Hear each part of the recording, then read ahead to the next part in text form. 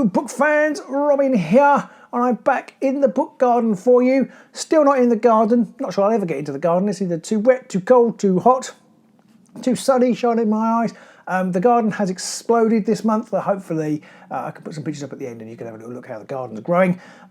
Just call me Mary. And here are the books that I read. So I've read 7 books in April, which I think might be a record for recent years. So I'm going to go through them. I'm going to do all the science fiction ones after the 2 non-science fiction ones. So I'll put chapter headings in. You can skip straight to the science fiction ones if that's what floats your boat.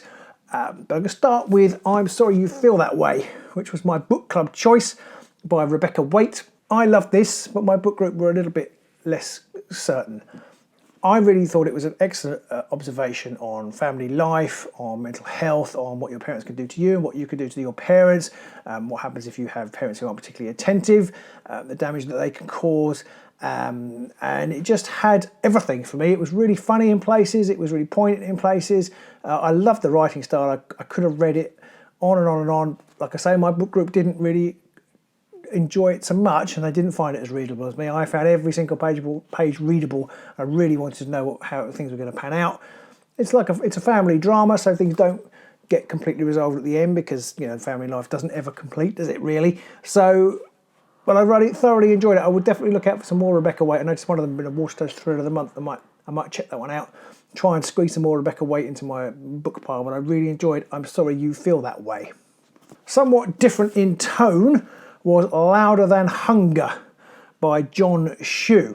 Now this, I guess, is a young adult novel. It's published by Walker Books, and John Shue, when he was growing up, suffered from an eating disorder, and the lead character here, Jake, suffers from an eating disorder as well, hence the title Louder Than Hunger. So he has this internal voice that keeps telling him not to eat, telling him that he's fat, telling him that, you know, he should shut his mouth, basically. The book is written in an interesting style with big gaps on the pages, and it's kind of very much a stream of consciousness and Jake's internal monologue with himself and the battle against his voice. He ends up going into therapy, into rehab, as they try and get him to eat. It's an up and down journey, and it is quite harrowing at times.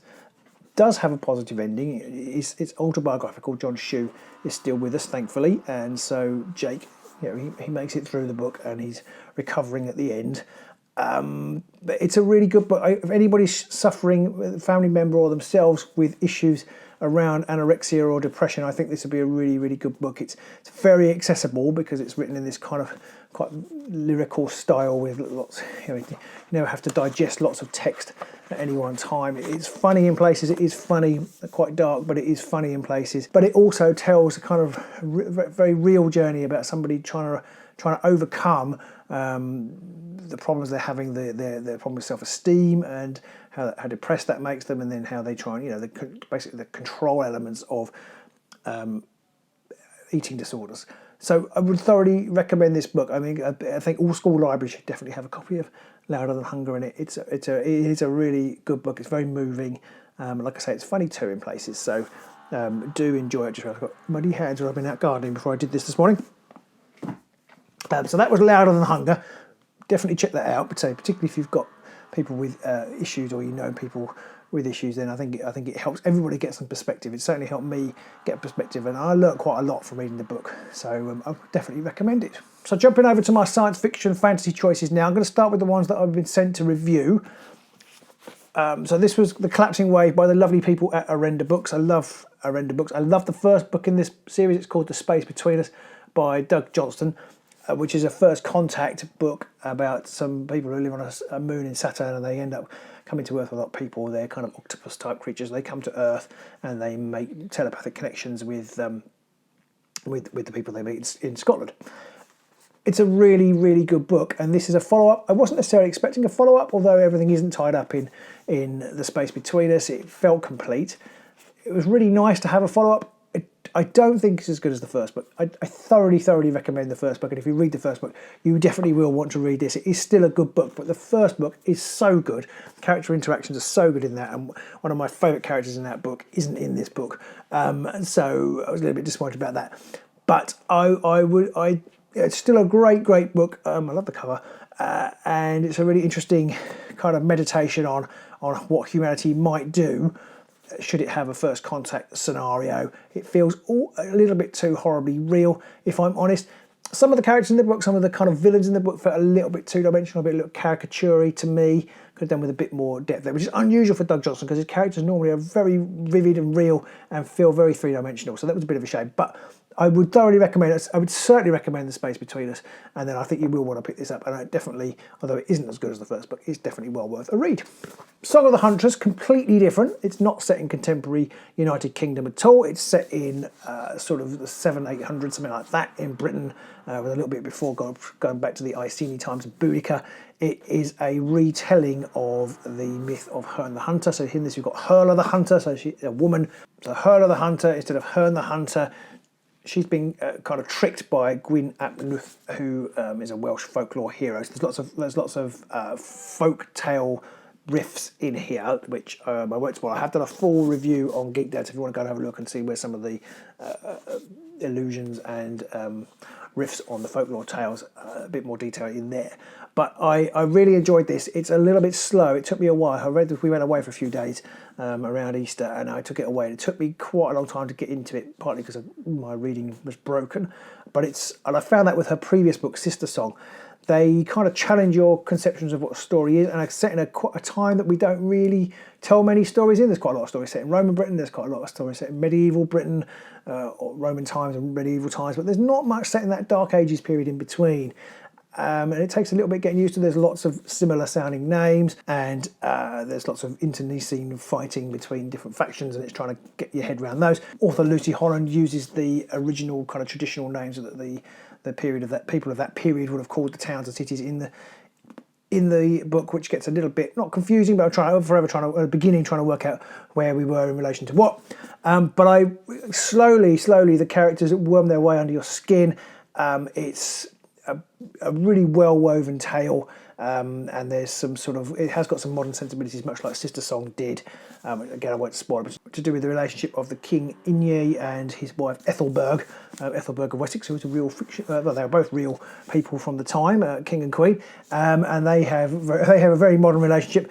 But that's all part of the exploration of the book. And alongside that, you've got a sort of Merlin-touched kind of mystical story, and it's to do pitches sort of new Christians against some of the old traditions of the land of Britain. And I really enjoyed it. It's really, really good. It kind of kept me hanging on in there until the end, and the set pieces at the end are great. So a really thoughtful historical novel in a period that's not very often explored. I would definitely check out Song of the Huntress. Possibly my favourite book of the month was actually one I was going to read in March, but it tailed into April instead. Is Play of Shadows by Sébastien de Castel.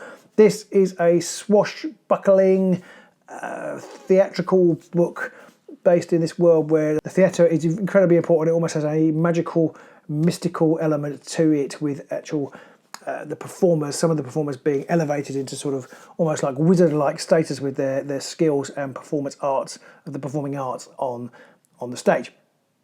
I really loved it. It is in the Greatcoat novels series, but you don't need to read it. So I haven't read any of the Greatcoat novels, but I read this one. So this is, I think, is one of them. Perhaps is the Grange Hard, I think, of people who are in those books. That I haven't read them, so I don't know the exact relation. It's not important. This is just an interesting book about power, but most of all, the fun of the stage. And it has some really great characters. I've read I've read one more Sébastien Castel book.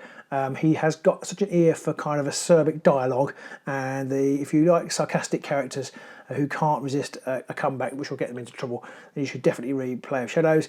It builds. There's quite a lot of deep intrigue and plot in it, and it builds up to this amazing crescendo and a big, really important performance in the middle of the town.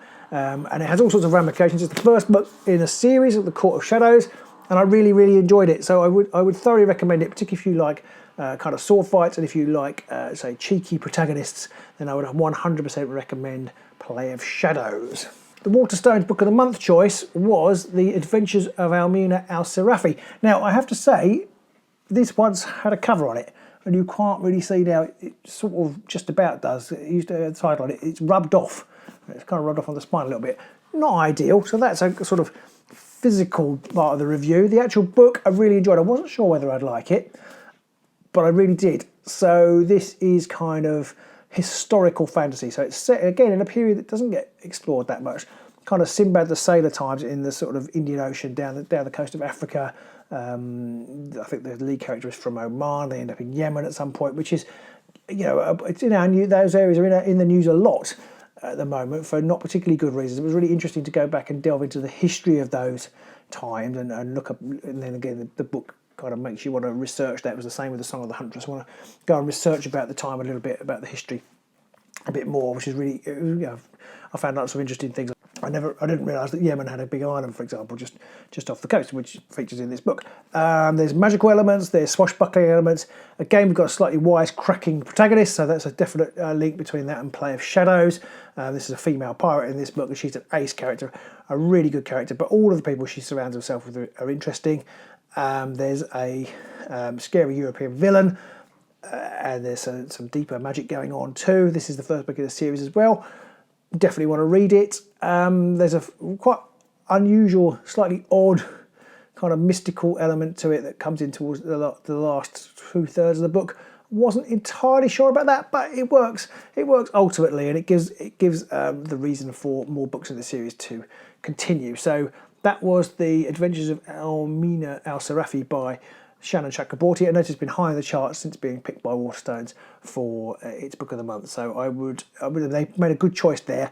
I really enjoyed it, and I would definitely recommend that one. So do check that out if you like a good yarn. It's a bit of a brick in the back, but she counts among her references at the back and her influences as people like Amitav Ghosh, who writes excellent kind of water-based historical novels, it did have elements of Amitav Ghosh in it too. So nice to see those tying together, kind of with more kind of, I suppose, seriously literary fiction. It's nice to have that tie together with my fantasy fiction. So I enjoyed that.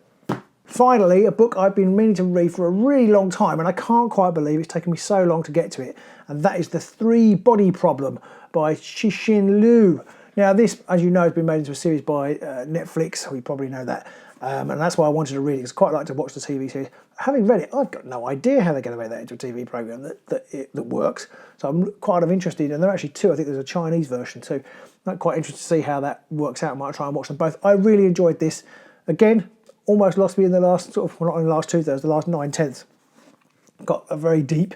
It's pretty hard sci-fi. There's some quite interesting maths and some quite interesting physics in it, which I wasn't necessarily expecting. I don't know what I expected with this book, but this wasn't it. But I absolutely loved it, and it is the first book in the trilogy. I am going to try and read the next one, The Dark Forest, in future months. I don't own that yet, so that'll be coming up when I sort of break my next book buying moratorium, which will probably be about 3 days' time. But I really enjoyed it. I would thoroughly recommend it. I mean, you can find out loads of stuff about this. I'm not the first person, funnily enough, to say that this is a good book, and I really enjoyed it, particularly if you like sort of hard sci-fi, science fiction, but the characterization is great, and the historical setting, it's set against the backdrop of Cultural Revolution China. In places it skips forward as well, but I found that really interesting. I did go to China about 20 years ago. It's a fascinating place, and obviously it's in the news all the time now.